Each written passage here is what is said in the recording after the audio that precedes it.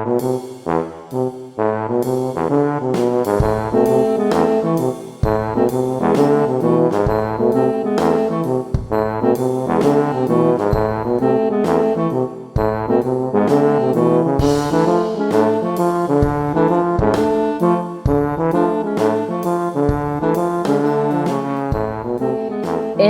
This Skin by Emma Patty. The difference between a good butthole and a bad butthole is the wink. This is the best man talking. The wink, the grease of fried fish shines on my manicure. When it's small and tight and looks like it's giving you a wink. The worst, the groom chimes in, is when you're dating a girl and she's super cute, but then you find out she has a bad butthole. I'm sitting on the patio of a hotel bar in Hawaii with a one-word name, quiche or cliche. Everything smells of cigarette smoke and sunscreen. I'm here for the wedding of a cousin I vaguely remember as a sensitive boy who liked Buzz Lightyear and who has grown into a tall, bronze fraternity man with well-informed opinions about butthole diameter. It's past midnight. Everyone else has gone up to the hotel rooms full of spouses and children, and now there are just four of us left at the table. The groom, my cousin who is too drunk to stand up, the bride who's afraid to leave the groom alone in case he runs off, the best man who looks like he's just getting his night started, and me, the overweight cousin in her 30s who is avoiding the hotel room she is sharing with no one. My butthole, I'm guessing, isn't winking. The rest of the situation is equally grim. My arms spread thick and fluid. The red lines in my neck are a sunset. Even now, I might be fused into my chair, growing through it the way a tree warps around a metal fence. I came to Hawaii alone, not because I wanted to, because I had to. My husband was abducted by aliens or died trying to save a child's beloved ferret, or maybe he just packed up a bag of work shirts and told me not to text him. The point is, he's gone. So I came to Hawaii alone, told everyone he had a last minute thing. This is the part of the story where I could say a lot of things about Hawaii, how different the air feels than Minnesota, perhaps a quaint detail that I happened to note at the airport. But see, I cannot remember a quaint detail from the airport. I can only remember the way the shirt rode up across my back as I leaned forward to haul my suitcase off the conveyor belt. How all around me, fiancés and husbands and boyfriends and fuckboys swing suitcases as effortlessly as performing monkeys. You want some details? Airport bathroom, and I'm afraid to meet my eyes in the mirror. Afraid to make some kind of connection with the sweaty woman in the mirror wearing a wrinkled Banana Republic shirt that looks exactly like mine. The bride leans across the table. Is this your first time in Maui? Her arm is the width of a garden hose. I shake my head. I came here for my honeymoon 7 years and 35 pounds ago. There was a moment during my wedding, during the first dance. You know how it is. The smell of my new husband, nervousness, such a relief to be here finally, married, no longer searching. And then my husband's hands on my back, where my skin met my dress, squeezing lovingly. I shrank away. I couldn't help myself. Don't touch my back fat, I pleaded. The reason nobody can afford to go to Hawaii isn't because of Hawaii.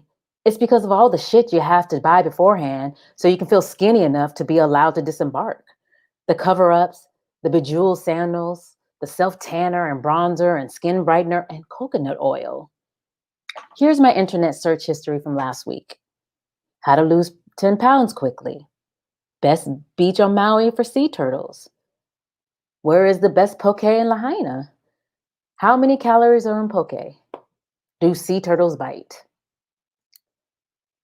The sea turtle thing started because of this fitness blogger I follow, a Southern belle who makes money by posting a picture of her salad every day.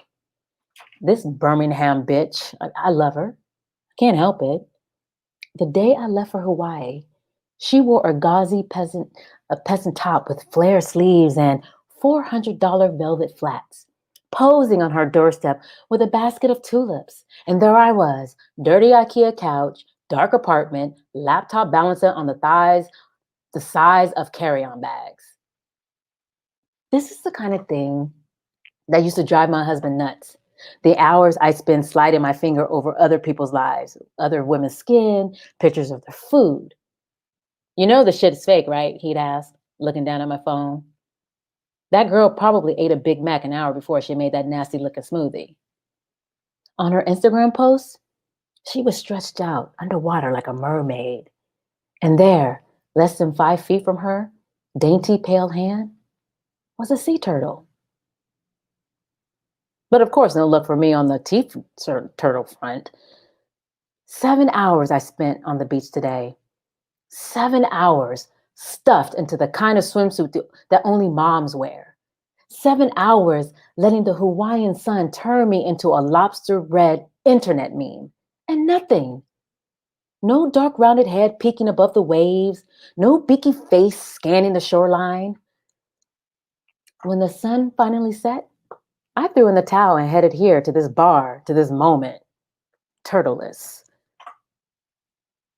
Oh my God, Danny, tell her about how you fell on a sea turtle. That's the bride talking. Danny is the best man. He seems like a good guy who had a traumatic hazing experience in the military and has been taking it out sexually on women ever since.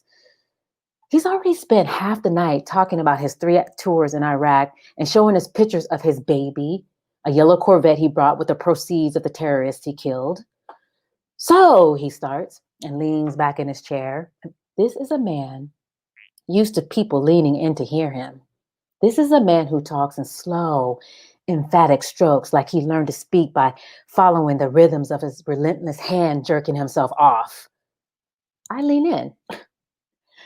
Turns out, Danny was also down by the beach today hunting for sea turtles. A full hour he spent monitoring the situation, pounding Corona after Corona, until there in the distance, a head bobbing like the tip of a sea monster's giant dick. A sea monster's giant dick, the groom repeats, amazed at the astuteness of the comparison. And there goes Danny, off like a missile. He's so close within a grenade throw of it all. This giant, ancient, glorious beast, and he can see it now, diving beneath the water.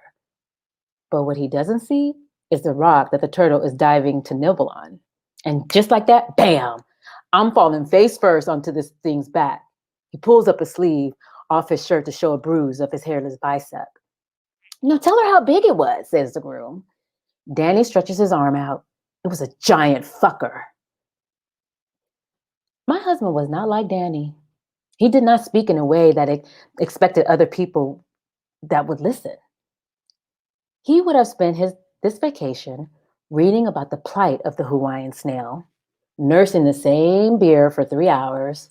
If I told him I wanted to see a sea turtle, he would have smiled and softly said at me, "But does a sea turtle want to see you?"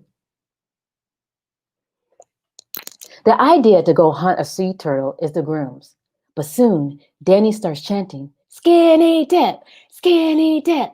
The bride laughs nervously, but the groom heads down towards the beach. She follows reluctantly, trying to fit this turn of events into her night before wedding narrative. Danny glances across the table at me. "You coming?" I shake my head. "I'm waiting for the check."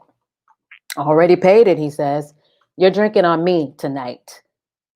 I was not expecting this.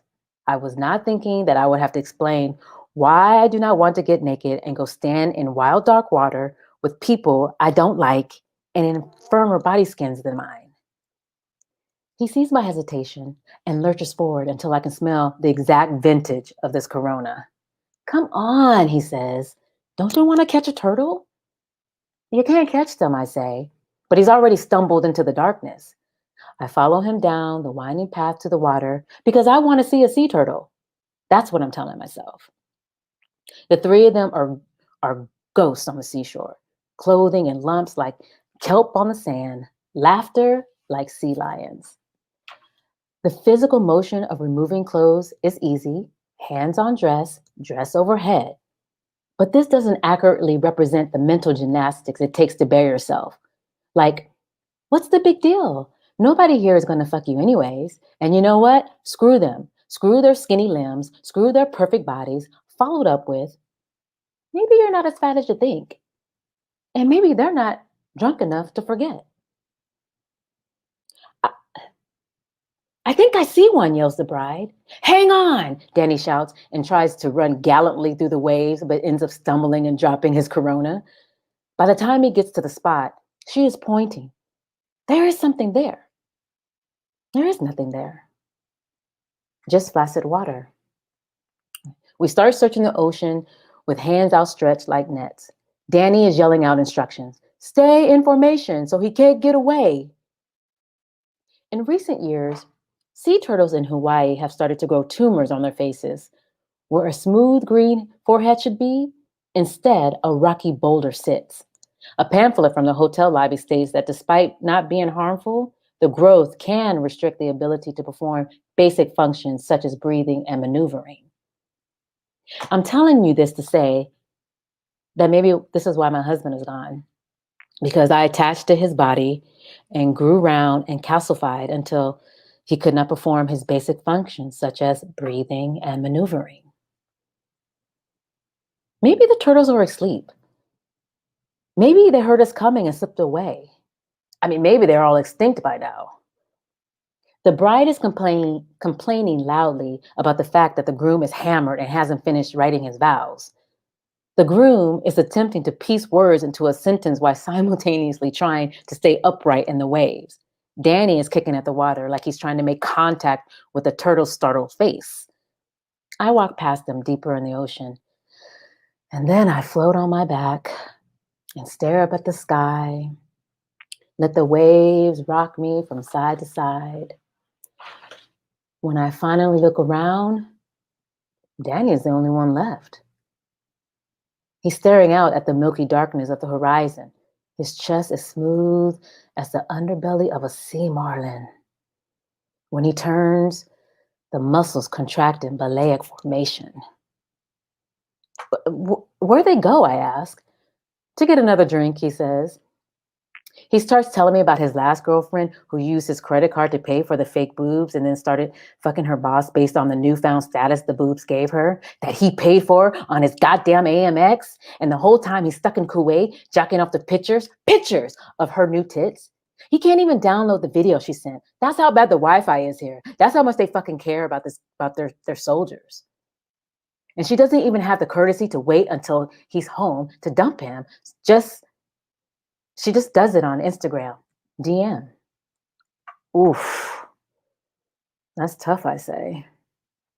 Well, you know, he says, you're single too, as if it needs to be pointed out, as if there are happily married people who come along to a wedding in Hawaii and skinny dip with a bunch of strangers, as if everything about me just screams matrimonial bliss. Dave said your husband left you. Ugh, for some reason, that makes my eyes burn. Not the fact that he said it, or that my dick cousin is telling all his friends about it, but something about how neatly it can be wrapped up into a sentence. That all the little bouncy tassels on my cover-ups and overpriced tan lotions didn't change a thing, and that all night, everyone's looking over at me thinking, well, no wonder. And then maybe because he shared his whole fake boob saga, or maybe just because I want to tell anyone the truth, I say, he moved out 5 weeks ago. The ocean absorbs the truth, unimpressed. Why? Danny asked. It wasn't my weight, but the space my weight took up. In our conversations on our date nights, every time we went on vacation or someone pulled out a camera, and all the diets, the keto diet, the lemon juice diet, and the no-carb diet, and the slow-carb diet, each new diet was like a wave, lifting me high in the air and then dumping me back down on the ground, heavier than before. He said I had too much baggage, I say. Yeah, you want to get another drink? Danny asked. I got the makings of Jaeger bombs in my room. And then this is the problem with my body. I can't even say yes to to casual sex with the best man at my own cousin's wedding because halfway through, I'll be wondering whether he's fucking me out of pity or desire, whether I'm sexier than I think, or if he's disgusted by the way my waistband leaves a red belt on my skin, whether he's going to laugh about this to my cousin, or worse, pretend it never happened. But what's my other option? Sit in a hotel room, sit with my back to the full length mirror, and then give in and look? All right, I say to Danny, maybe just one. Danny pulls the shorts on. I try to quickly slide my dress on, but the cloth keeps getting stuck on my wet skin. Maybe I will look back later, and this will be the only enjoyable part of the whole damn trip. The way that the world holds you differently when you're barefoot and tipsy, the feeling of mystery that hasn't yet dissolved into something familiar that I won't even remember. Oh shit! Danny grabs my forearms, pointing ahead to a dark shape by the edge of the water. That's a bunch of kelp, I say. No, it's a turtle. Then why is it moving? It's asleep, he says. We go closer. He's right. It's a fucking sea turtle, facing the ocean, its head on the sand, just inches from the water. Maybe it's dead? A fishing net caught in its throat? I walk forward until I can see the markings on her shell, the soft slump of her shoulder. They bite, Danny says from behind me, a thread of uncertainty in his voice. Everyone bites, I tell him. Everyone has a fishing net caught in their throat. Everyone winds up on a beach alone in the dark, unable to go forward or backwards. I kneel down and place my hand on its back, searching for life.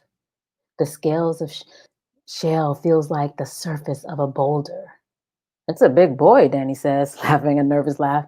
That's for sure. Not a boy, a girl. The males stay at sea for their entire lives.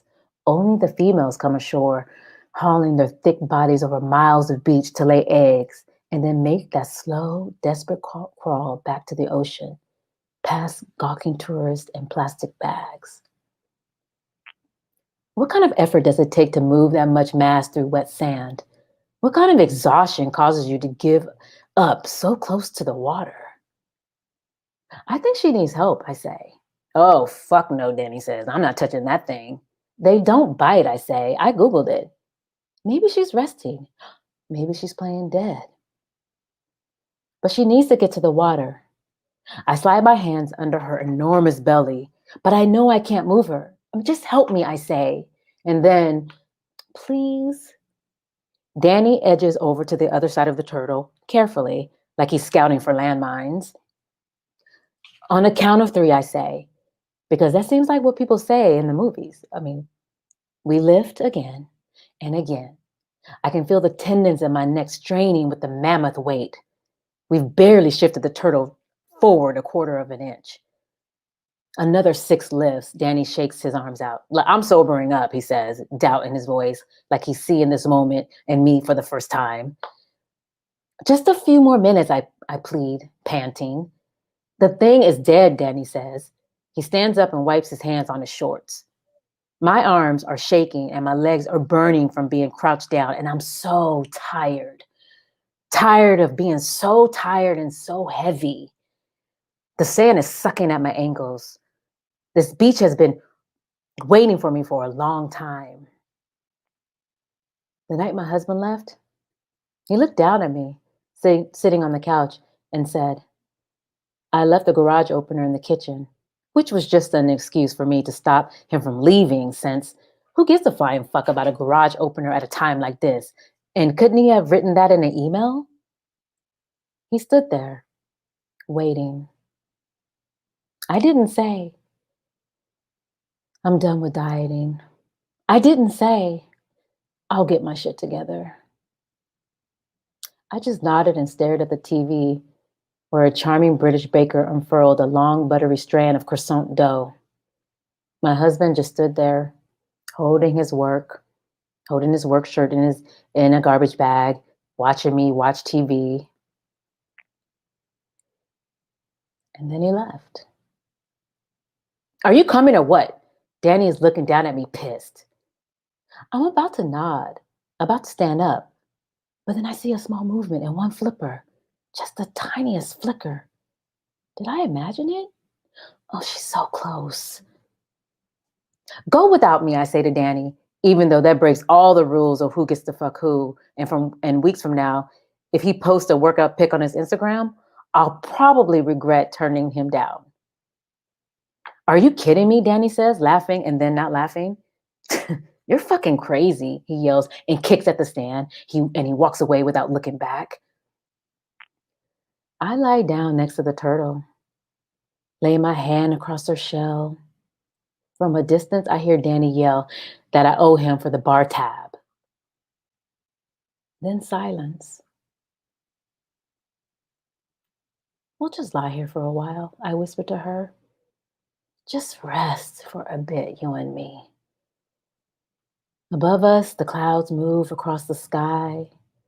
The stars search for themselves in the reflection of the ocean. Only the moon knows exactly how big and small we really are.